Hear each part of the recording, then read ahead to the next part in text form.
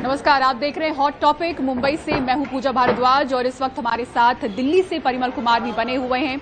सबसे पहले बात करते हैं कानून मंत्री किरण रिजिजू की, जो कि दिल्ली में 30 हजारी कोर्ट में आयोजित एक कार्यक्रम के दौरान बोल रहे थे और उनकी बातें तमाम जो उन्होंने कही वो चर्चा में है। उन्होंने कहा कि कॉलेजियम को लेकर केंद्र सरकार और न्यायपालिका के बीच टकराव की जो बातें कही जा रही हैं वो बढ़ा चढ़ाकर कही जा रही हैं, वो बिल्कुल भी निराधार है। उन्होंने कहा कि जजों को चुनाव से नहीं गुजरना होता है, कोई सार्वजनिक जांच नहीं होती है, लेकिन इसका अर्थ ये नहीं है कि जनता उन्हें नहीं देख रही।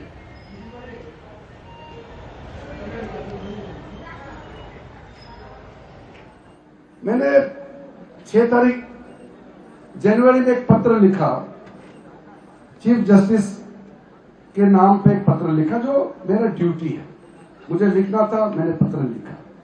मैंने ये पत्र लिखा, किसी को बताने का जरूरत नहीं है, ये कोई पब्लिक अनाउंसमेंट करके लिखने का चीज नहीं, ये प्रक्रिया है। 2-3 दिन तक तो किसी को पता नहीं था, ना जाने कहां से किसी को पता लगा और न्यूज हेडलाइन बढ़ा दिया कि लॉ मिनिस्टर ने चीफ जस्टिस ऑफ इंडिया को पत्र लिखा और ये कहकर के लिखा कि कॉलेजियम में सरकार का एक प्रतिनिधि होना चाहिए। कोई हेड और टेल नहीं, कोई सच्चाई नहीं, किसी ने न्यूज लगा दिया और न्यूज पे चर्चा कर रहे हैं और लोग बयानबाजी भी कर रहे हैं। अब बताइए, ये तो सेंसिटिव मैटर है। कॉलेजियम में 5 लोग होते हैं, चीफ जस्टिस और 4 प्यूरी जजेस होते हैं। मैं कहां से ला करके किसी को उस कॉलेजियम में एक और डाल दूंगा? तो प्रक्रिया तो होना चाहिए, कोई तरीका होना चाहिए। अगले चुनाव में हम फिर जाएंगे, अगर हमको जनता चाहेगा तो फिर सरकार में लाएंगे, अगर नहीं चाहेंगे तो फिर हम अपोजिशन में बैठेंगे, फिर हम भी सरकार का सवाल करेंगे। लेकिन जज तो एक बार जज बन गए तो उनको तो चुनाव का सामना तो करना नहीं है। जितने जो जजेस होते हैं, आप जनता आपको नहीं चुनते हैं, इसलिए जनता आपको बदल नहीं सकते हैं, लेकिन आपको जनता देख रहा है। आपका जो जजमेंट है, जजों का काम करने का जो तरीका है, किस तरीके से आप न्याय देते हैं, लोग देख रहे हैं। सोशल मीडिया के युग में कोई किसी को आप छुपा नहीं सकते हैं। जजों की नियुक्ति को लेकर केंद्र और सुप्रीम कोर्ट के बीच टकराव के बीच दिल्ली हाई कोर्ट के जस्टिस RS सोढ़ी ने NDTV से खास बातचीत की है। जस्टिस सोढ़ी ने कहा कि बात उठाने के लिए कानून मंत्री का धन्यवाद। मैं राजनीतिक व्यक्ति नहीं हूं, मैंने अपनी निजी राय रखी है, मेरे कंधे पर बंदूक रखकर ना चलाई जाए। कॉलेजियम सिस्टम असंवैधानिक है। ये कैसे हो सकता है कि कुछ जज मिलकर नियुक्ति करें? 2-3 जज मिलकर कैसे तय कर सकते हैं? कॉलेजियम सिस्टम फेल हुआ है। संसद कानून बनाने में सुप्रीम है। नियुक्ति पर सार्वजनिक आलोचना से बचे संवैधानिक संस्थाएं बैठकर इस मामले का हल निकालें।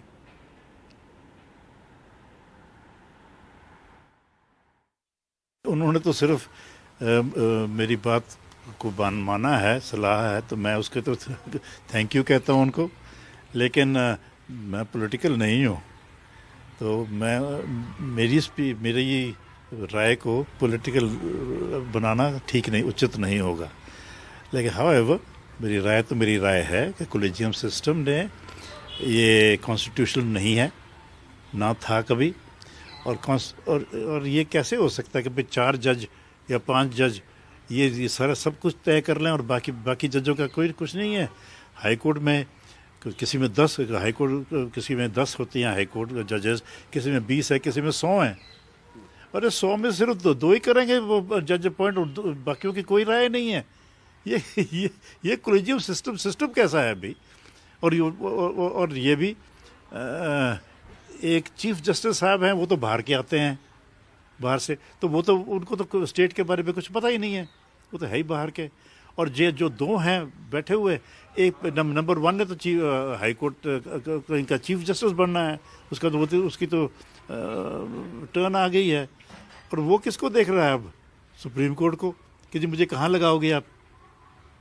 तो भाई ये इंडिपेंडेंस ऑफ जुडिशरी क्या है? ये इंडिपेंडेंस कर रहे हो कि खराब कर रहे हो इंडिपेंडेंस को?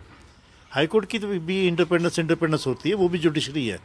तो ये तो बिल्कुल ही आपने सबसर्विएंट कर लिया अपने। और जस्टिस सोढ़ी के बयान का हवाला देते हुए कानून मंत्री किरण रिजिजू ने कल क्या ट्वीट किया था, आपको अब वो दिखाते हैं। कल उन्होंने लिखा था, एक जज की नेक आवाज, भारतीय लोकतंत्र की असली खूबसूरती इसकी सफलता है। जनता अपने प्रतिनिधियों के माध्यम से खुद शासन करती है। चुने हुए प्रतिनिधि लोगों के हितों का प्रतिनिधित्व करते हैं और कानून बनाते हैं। हमारी न्यायपालिका स्वतंत्र है, लेकिन हमारा संविधान सर्वोच्च है।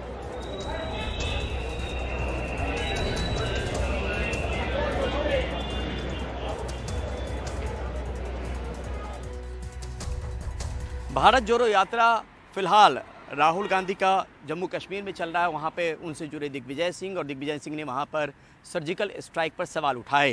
उन्होंने कहा कि सरकार ने दावे तो किए। जम्मू की एक सभा को संबोधित करते हुए उन्होंने कहा, दिग्विजय सिंह ने, सरकार के दावे तो हैं, लेकिन वहां पर सरकार ने सबूत इसके नहीं दिए।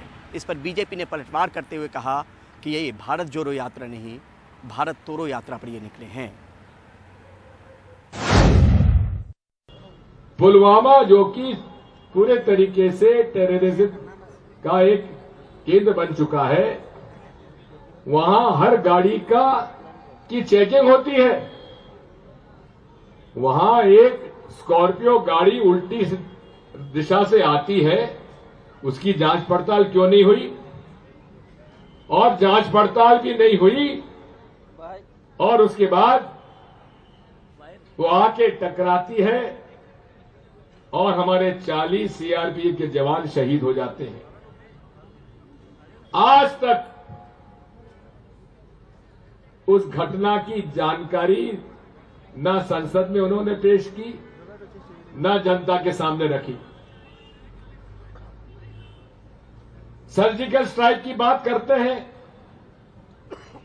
कि हमने इतने लोग मार गिराए, लेकिन प्रमाण कुछ नहीं। केवल झूठ का पुलिंदा से ये राज कर रहे हैं। बड़े भारी मन से ये कहना पड़ रहा है कि कांग्रेस पार्टी का चरित्र भारत जोड़ो यात्रा तो नाम की है, भारत को तोड़ने का कार्य स्वयं राहुल गांधी और तमाम कांग्रेस के नेता उनके इशारे पर कर रहे हैं। सुर्खियों में बने रहने के लिए गैर जिम्मेदाराना बयान देना, यह कांग्रेस पार्टी का चरित्र है। आप भारतीय सेना के खिलाफ बोलेंगे, ये भारत बर्दाश्त नहीं करेगा।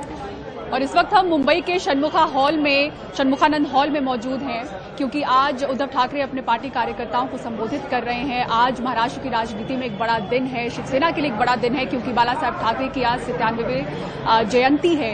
इस मौके पर एक बड़ा ऐलान उद्धव ठाकरे ने किया है कि उनकी पार्टी गठबंधन कर रही है बाबा भीमराव अंबेडकर के पोते प्रकाश अंबेडकर की पार्टी वंचित बहुजन अघाड़ी के साथ। तो बीएमसी चुनाव से पहले एक अहम ऐलान उद्धव ठाकरे की ओर से कि बीएमसी का चुनाव उनके साथ लड़ेंगे, लेकिन सस्पेंस इस पर बरकरार है कि क्या इस चुनाव में एनसीपी और कांग्रेस का गठबंधन उनके साथ होगा कि नहीं।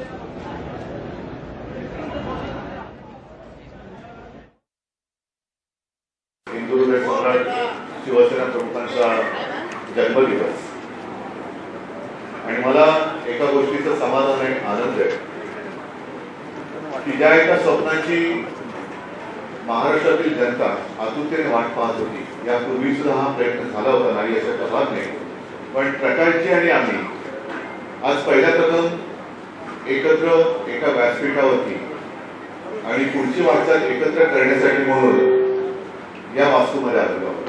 अपेक्षा एवढीच आहे की मी शरद पवारांची रिॲक्शन आज वाचली आहे, नवीन नाही।